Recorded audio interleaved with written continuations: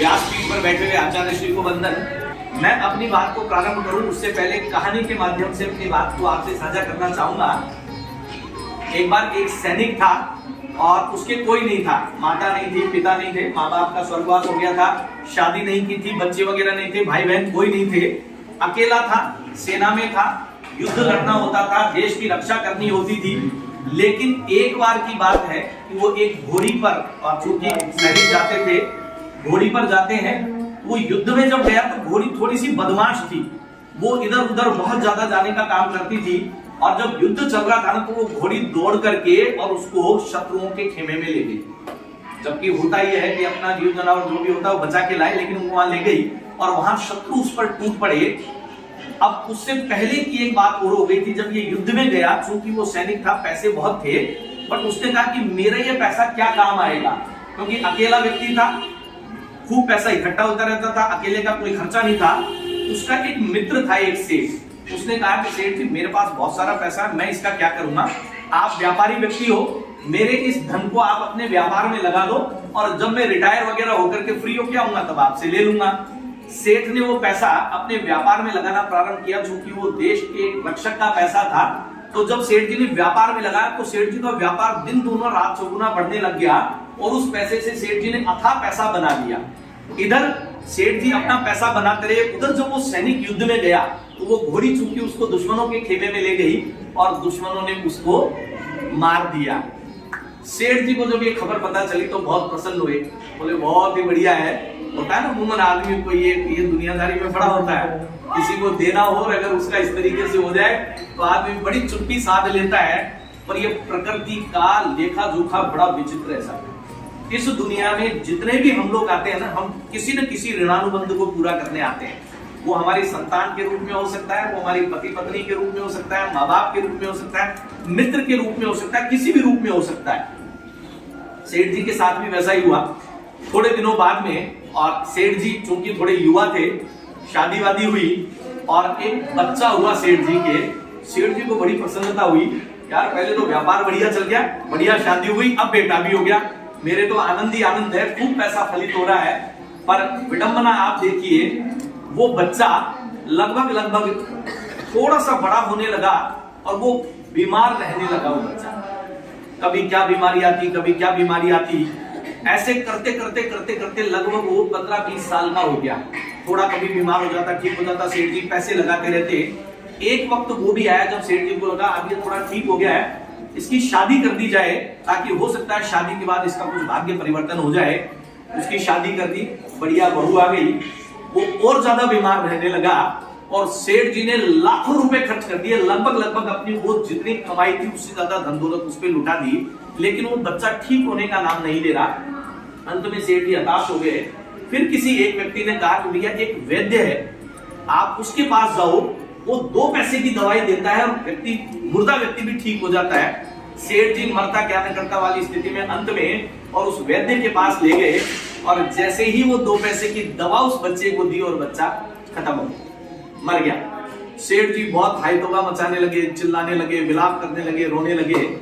उधर से एक संत आ रहे थे, उन्होंने सेठ जी से पूछा कि सेठ जी कितना विलाप क्यों कर रहे हैं?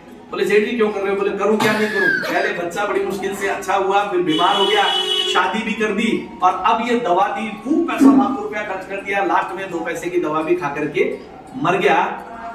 संत ने सेठ जी को कहा, सेठ जी थोड़े समय पहले पीछे जाइए, कुछ याद करो जीवन में आपसे कुछ गड़बड़ हुई क्या?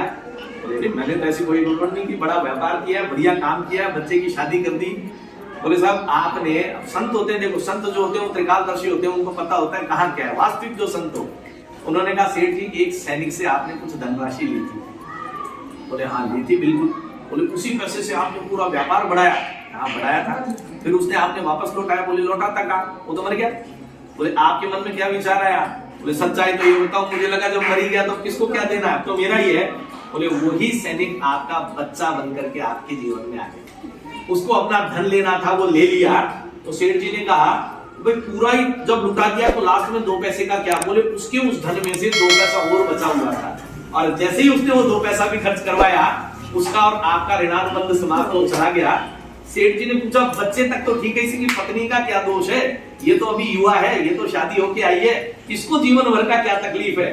बोले पत्नी वो घोड़ी है जो उस सैनिक को वहां दुश्मनों के बीच में ले गई, ये उस भरी जवानी में उस सैनिक को ले गई और उसकी जिंदगी से खेल गई, इसलिए ईश्वर ने इसको पत्नी बना करके भेजा है। अब ये भी पूरी जिंदगी उसकी उस तकलीफ को झेलेगी जो तकलीफ इसने सैनिक को दी। कमोबेश कहीं न कहीं जीवन में, और ये वास्तव में होता है कि हम किसी न किसी से ऋणानुबंध में बन जाते हैं, जाने अनजाने बन जाते हैं, और हमें पूरा करना होता है। लेकिन जीवन में पुण्य कर्म जो होते हैं ना, वो ऋणानुबंधों को काटने का काम करते हैं। और सौभाग्यशाली होते हैं वो लोग जिनको जीवन में कुछ पुण्य करने का मौका मिलता है। ऐसा ही ईश्वर ने और कोरोना काल में हमें सौभाग्य दिया। ईश्वरीय कृपा से जब आप देखेंगे लगभग 1.5 महीने हम सब घरों में कैद थे जब पहला कोरोना आया था। प्रकृति तो क्या करती है, सब कुछ ठीक करने का काम करती है, लेकिन बिगाड़ कौन रहा है? सब कौन बिगाड़ रहा है? और उसमें भी उस पॉल्यूशन में जब थोड़ा सा उन दिनों स्टडी की, एक पुस्तक लिखने का सौभाग्य मिला, और ईश्वरीय कृपा से उस पुस्तक को विश्व की प्रथम पुस्तक बनने का दर्जा हासिल हुआ। पुस्तक को विश्व की प्रथम पुस्तक बनने का दर्जा हासिल हुआ तो लगा कि शायद ईश्वर अपने से कुछ अनूठा कार्य करवाना चाह रहे हैं। धीरे धीरे रिसर्च करते रहे, और देखते देखते कोरोना की दूसरी लहर आ गई, और उसमें अखबारों में पढ़ा लकड़ियां नहीं मिलने की वजह से मोक्ष धामों पर शवों की कतारें लगी, क्योंकि लकड़ियां अवेलेबल नहीं थी। और वहीं से एक पीड़ा उठी। आज तो जैसे तैसे लकड़ियां मिल गई, हमने अपना 16वां और महत्वपूर्ण अंतिम संस्कार निपटवा दिया। कल को लकड़ियां नहीं मिलेगी तो क्या हम अपना 16वां संस्कार करना ही भूल जाएंगे? और वहीं से ईश्वरीय प्रेरणा से और एक ऐसी लकड़ी बनाने का सौभाग्य मिला जो विश्व में पहली बार बनाएंगे। पराली शब्द आप सबने सुना होगा, पंजाब और हरियाणा में खूब जलाई जाती है। पराली एक वर्ड है, बाकी ये फसलों का एक्सट्रैक्ट होता है। हम राजस्थान की बात करें तो सरसों का एक्सट्रैक्ट है, महाराष्ट्र में विदर्भ में जाएंगे तो सोयाबीन का एक्सट्रैक्ट है, पंजाब और हरियाणा में जाते हैं तो चावल की फसल का एक्सट्रैक्ट जिसको पराली बोलते हैं, धान होता है। ये तमाम एक्सट्रैक्ट ऐसे होते हैं जिनको जानवर खाता ही नहीं है, और जमीन में अगर दबाओ तो जमीन को बंजर बनाती है, तो किसान की मजबूरी है इसको जलाना। हमने किसानों से वो पराली खरीदनी शुरू करी। गौशालाओं में गोबरों के ढेर लगे हुए हैं, हमने वो गोबर लिया, उसमें कुछ हवन सामग्री मिलाई और गौमय संविदा के नाम से एक ऐसी लकड़ी निर्मित कर दी जो विश्व में पहली बार बनाई गई थी, यानी वेस्ट से बेस्ट बनाया। और जयपुर में लगभग 250 से 300 अंतिम संस्कार उस लकड़ी से करवा दिए। तो विकल्प में ये समझ में आया कि क्योंकि आपको मुझे बताते हुए ये पीड़ा है, आपको जान के आश्चर्य भी होगा, 1 करोड़ अंतिम संस्कार प्रतिवर्ष भारत में होते हैं, और एक अंतिम संस्कार में 2 पेड़ जाया हो जाते हैं, यानी 2 करोड़ पेड़ काट के जला दिए जाते हैं। 90 लाख टन कार्बन डाइऑक्साइड उससे उत्सर्जित होती है, और लाखों लोग समय से पहले उस प्रदूषण से, बीमारियों से ग्रस्त होकर के मर जाते हैं। तो मन में ये पीड़ा उठाया, ये पीड़ा जो थी उसका एक विचार लिया कि यदि हमने छोटा सा परिवर्तन शुरू कर दिया तो जिस दिन भारत में 2 करोड़ पेड़ कटने से बच गए और जलने से बच गए, आप सोचिए कितना बड़ा काम हम कर देंगे। और इस आइडिया को भारत सरकार में हमने अप्लाई किया। स्टार्टअप इंडिया का आपने नाम सुना होगा, आजकल बहुत चल रहा है। मोदी जी ने और एंटरप्रेन्योर्स तैयार करने के लिए स्टार्टअप इंडिया एक मिशन चलाया।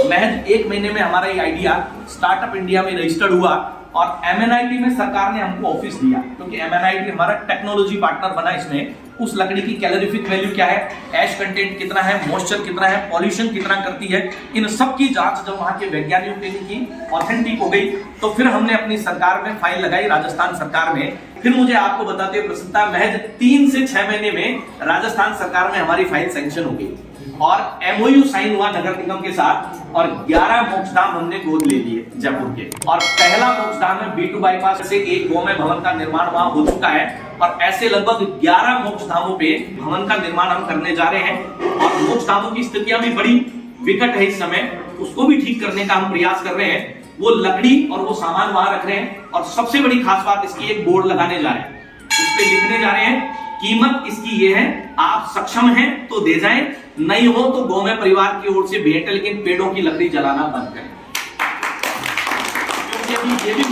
ये सब करने के साथ साथ हमें लगा सरकार भी मान गई, लकड़ी भी बन गई, लेकिन अब लोगों तक ये बात कैसे पहुंचे। हमें फिर लगा कोई ऐसा माध्यम ले लें जो इससे ही मिलता जुलता हो, जिसके माध्यम से हम लोगों से अपनी बात कह सकें। और 27 मार्च 2022 से 51 पंचकुंडी यज्ञों की श्रृंखला हमने जयपुर में प्रारंभ की और मुझे आपको बताते हुए प्रसन्नता है, आज 38वां यज्ञ है। जयपुर के भिन्न भिन्न कॉलोनियों में भिन्न भिन्न जगह पे एवरी संडे बिना रुके हम लोग ये कार्यक्रम करते हैं। अगर हमने इस तरह पेड़ बचाने का प्रयास कर दिया तो निश्चित मानिए भारत में क्रांति आनी आनी है। इसका एक छोटी सी बात और देता हूं, होली का दहन होता है, पेड़ लगता है, उसमें भी हमने 2021 के मार्च में नगर निगम और व्यापार मंडलों के साथ मिलकर के एक छोटा सा इनिशिएटिव लिया गोकाष्ट से होली का दहन कराने का। 7 दिन का समय था केवल, उन 7 दिनों में जयपुर में 750 से ज्यादा जगह पे गोकाष्ट से होली का दहन हुआ। हमें उस दिन प्रसन्नता हुई कि यार ये जबरदस्त इनिशिएटिव हुआ। इस बार 2022 के मार्च पे जब 15-20 दिन पहले इनिशिएटिव लिया, 2000 से ज्यादा जगह गोकाष्ट से होली का दहन हुआ। अगर इस तरह के उपक्रम हमने करने शुरू कर दिए तो मेरा ये मानना है किसी गौशाला को किसी दान की आवश्यकता ही नहीं होगी। और वहीं से हमने एक छोटा सा प्रयास और शुरू किया और 2 संकल्प निभाने शुरू किए सब लोगों से। पहला संकल्प, अपने घर में नित्य प्रति किसी एक गोगव्य का अनुपालन जरूर करें। कोई भी हो सकता है, जरूरी नहीं आप घी मंगाएं, जरूरी नहीं है दूध मंगाएं, आप उतने महंगे पे नहीं जाएं, एक छोटी सी धूप बत्ती आप घर में जला सकते हैं। गाय की गोबर से आपकी थाली में पड़ी हुई होगी, आप देखिए ये हमने देशी गाय के गोबर में 21 तरह की जड़ी बूटियां और हवन सामग्री और घी मिलाकर के तैयार की। मुझे आपको बताते हुए प्रसन्नता है, पिछले दिनों 5000 घरों में हम ये धूप बत्ती पहुंचा चुके हैं। और दूसरा, जहां भी लकड़ी जलती दिखे वहां अब से गोकाष्ट या हमने जो 1 ग्रेड अपर बनाई गोमय संविदा, उसका उपयोग करें और लोगों को भी प्रेरित करें। हम आपसे कुछ नहीं चाहते, केवल ये होता है चर्चा करना शुरू कर दें। समाज में अब धारा परिवर्तन होने जा रहा है और धारा परिवर्तन इसलिए, अंतिम संस्कार अब तक लकड़ियों से होता था, अब किससे होगा? गोमय संविदा से। और जिस तरह यज्ञ में, यज्ञ क्या है सर? जल करके सब कुछ क्या हो जाता है अंत में? भस्म। वो भी हमने अंतिम संस्कार नहीं कह के उसको अंतिम हवन कहना प्रारंभ कर दिया कि जैसे यहाँ कुंड में आहुति लगती है, वहां भी हमने ऐसा ही गोमय विमान बनवाया, उसमें देह की आहुति लगेगी और जब सब कुछ जल करके भस्म हो जाना है तो उस भस्म होने से पहले अपना इंसान होने का फर्ज हम अदा करते हैं। तो आज से संकल्प ले लें, अब आवश्यकता आम जनमानस के सहयोग की है। सरकार ने अपना काम कर दिया, हमने अपना काम कर दिया, लेकिन अब हमें संकल्प लेकर के बीड़ा उठा लेना है, जन जन तक इस विचार को पहुंचाना है। आप सबने मेरी बात को इतने धैर्यपूर्वक सुना, इसके लिए आप सबका बहुत बहुत आभार। जय गौ माता, जय गौ माता।